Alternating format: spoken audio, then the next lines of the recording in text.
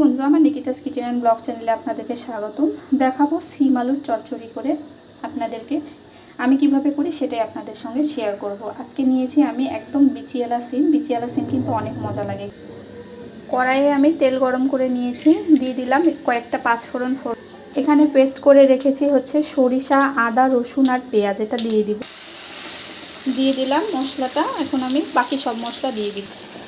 এখানে আমি হলুদ, লবণ, ঝালের গুঁড়া, জিরার গুঁড়া দিয়ে দিয়েছি। আমি এটা হাতে মাখায় তো বানাতে পারতাম, কিন্তু এই হাতে মাখানোর থেকে এখন আমার এটাই সহজ মনে হলো, এভাবেই আমি তৈরি করে নিচ্ছি। তারপরে দিয়ে দিলাম হাতে মাখানোর মতোই, কোনো কিছুই আমি বেশি করে কষাবো না, আমি শুধু মশলাটা মিক্স করে নিচ্ছি, কিন্তু চুলাটা জ্বালিয়ে দিয়েছি।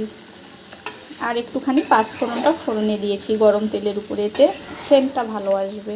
মিশিয়ে নিয়ে আমি দেখুন আমি এখানে বেশ একদম লাল লাল অনেক কয়টা টমেটো কেটে দিয়ে দিয়েছি। এই তরকারির আসল মজায় টমেটো নিয়ে আসবে, চচ্চড়ি আর সরিষা। আমি এখন এটাকে সুন্দর করে উলট পালট করে নেড়ে নিয়ে সামান্য একটু পানি দিয়ে ঢেকে দেব। এখানে আমার তৈরি হয়ে গেল সিম চচ্চড়ি। আমি শুধু ঢাকনা খুলে খুলে একটু নেড়ে দিয়েছি আর সামান্য লবণ দেখে নামিয়ে নেব। কেমন লাগলো অবশ্যই জানাবেন, ভালো লাগলে চ্যানেলের পাশে ফলো দিয়ে রাখবেন। ধন্যবাদ সবাইকে দেখার জন্য।